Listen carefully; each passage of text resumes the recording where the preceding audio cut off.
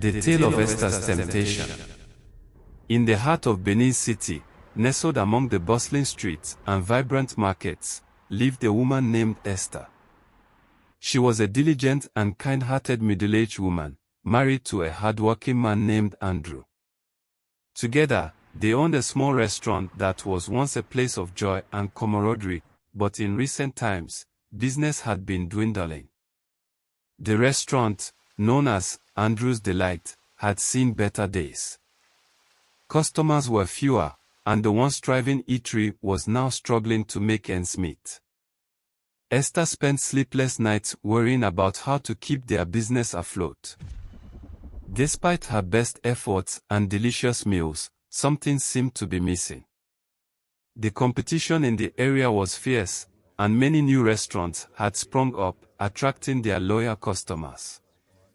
One evening, as Esther sat in the dimly lit restaurant after closing, contemplating their dire situation, a mysterious woman entered.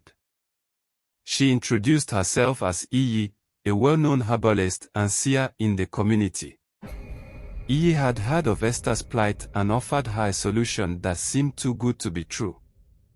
"Esther," Iyi began in a voice that seemed to echo with ancient wisdom, "I have seen your struggles, and I believe I can help you turn your fortunes around. But you must be willing to do something unusual." Desperate and eager to save her business, Esther leaned in, listening intently. "You must perform a ritual," Iyi continued. "Each morning, you must use a piece of your undergarments in preparing the meals for your customers.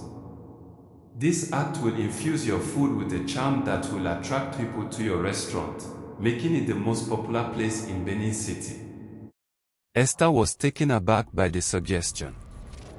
The very thought of such a ritual seemed abhorrent, but the allure of success and the pressure of their financial situation weighed heavily on her. Torn between her morals and the desire to save her restaurant, Esther hesitated. Seeing her reluctance, Iyi added, "You must decide quickly. This opportunity will not wait." Unable to bear the thought of losing everything they had worked for, Esther reluctantly agreed to the ritual. The next morning, with trembling hands and a heart heavy with guilt, she followed Iyi's instructions. As she cooked, she prayed for forgiveness, hoping that this act would not bring any harm. To Esther's amazement, within days, the restaurant began to attract more customers. Word spread quickly about the delectable dishes served at Andrew's Delight. People from all corners of Benin City flocked to the restaurant, eager to taste the food that everyone was raving about. Business boomed, and soon Esther and Andrew were not only out of debt but also making a considerable profit. Their newfound wealth brought with it a luxurious lifestyle. They moved into a bigger house, bought new clothes, and enjoyed the finer things in life. However, the guilt of Esther's secret weighed heavily on her soul. She became increasingly paranoid, fearing that someone would discover the truth. One fateful day, as Esther was preparing the meals in the kitchen, her husband Andrew walked in unexpectedly. He noticed her peculiar behavior and the strange items she was using. Suspicion clouded his mind, and he confronted her. "Esther, what are you doing? What are these things you are putting in the food?" Andrew demanded, his voice a mix of confusion and anger. Caught off guard and unable to lie to her husband, Esther broke down and confessed everything. She told him about Iyi's visit, the ritual, and how it had brought them success. Andrew was horrified and felt a deep sense of betrayal. He couldn't believe that his wife had resorted to such means to save their restaurant. "You have brought shame upon our family and our business," Andrew said, his voice trembling with emotion. "We must stop this at once and seek forgiveness." Esther, filled with remorse and regret, agreed with her husband. They decided to stop the ritual immediately and find a way to atone for their actions.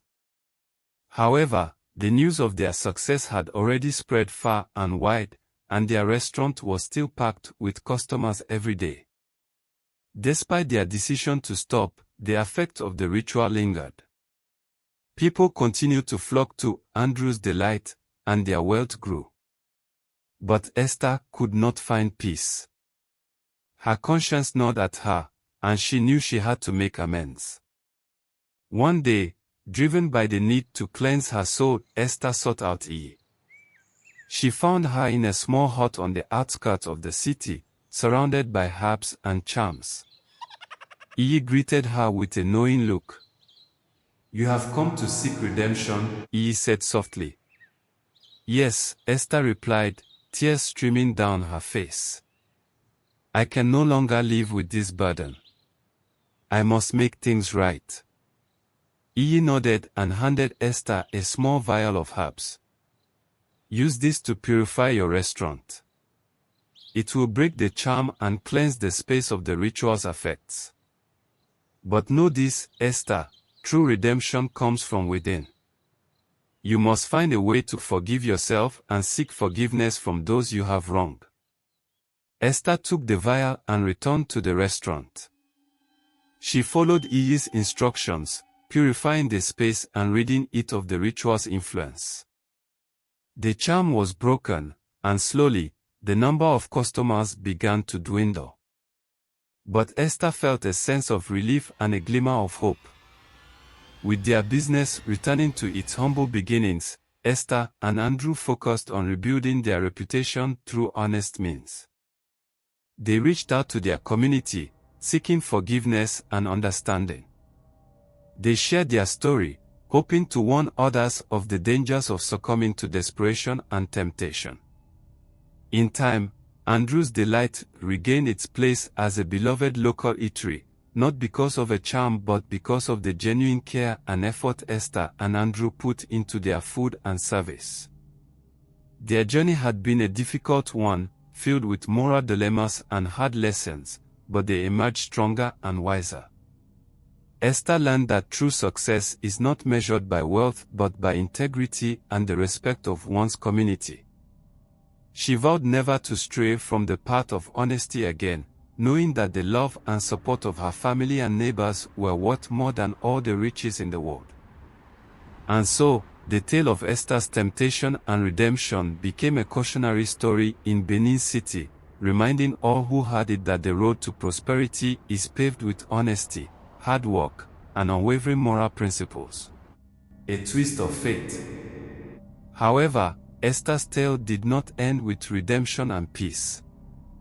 One evening, as she and Andrew were closing the restaurant, a group of disgruntled former employees who had been laid off during the tough times gathered outside. They had heard rumors about Esther's initial success and suspected foul play. Led by a man named Esthers, who had once been a close friend of Andrew, they demanded an explanation. "Esther, Andrew," Esthers called out, his voice filled with anger and betrayal. "We know something isn't right. How did your fortunes change overnight? We demand the truth." Caught off guard and fearful of the growing mob, Esther and Andrew tried to calm the situation. "Please, we can explain," Andrew pleaded. "There were mistakes made, and we have tried to make amends." But the crowd was not in a mood to listen. They stormed into the restaurant, searching for any evidence of wrongdoing. In the chaos, they found the remnants of the herbs Esther had used to cleanse the space. Misinterpreting their purpose, the mob grew more incensed, believing the couple was still engaging in dark practices. In a tragic turn of events, the restaurant was set ablaze by the angry crowd. Andrew and Esther barely escaped with their lives, watching in horror as their beloved Andrew's Delight was reduced to ashes. The community that once celebrated their success now turned its back on them, driven by fear and misunderstanding. Homeless and destitute, Esther and Andrew wandered the streets of Benin City. Their wealth and status were gone, replaced by the cold reality of their fall from grace. Esther's heart was heavy with guilt and sorrow, knowing that her desperation had led to their undoing. In their darkest hour, they found solace in a small church on the outskirts of the city. The pastor, a kind and compassionate man, took them in and offered them refuge. He listened to their story without judgment and helped them find a path to forgiveness and healing. Esther and Andrew spent their days helping others in need, using their culinary skills to feed the hungry and provide comfort to the downtrodden. Through their selfless acts, they slowly began to rebuild their lives, finding purpose in serving their community. Their tale became a somber reminder of the consequences of succumbing to temptation and the fragile nature of trust. Esther and Andrew learned that true redemption is a lifelong journey, marked by humility, repentance, and the unwavering support of those who believe in second chances. Though their restaurant was gone, the legacy of Andrew's delight lived on in the hearts of those they helped. Esther and Andrew found peace not in wealth or success but in the simple act of giving and the love they shared with each other. Their story became a beacon of hope and resilience, a testament to the enduring power of redemption and the strength of the human spirit.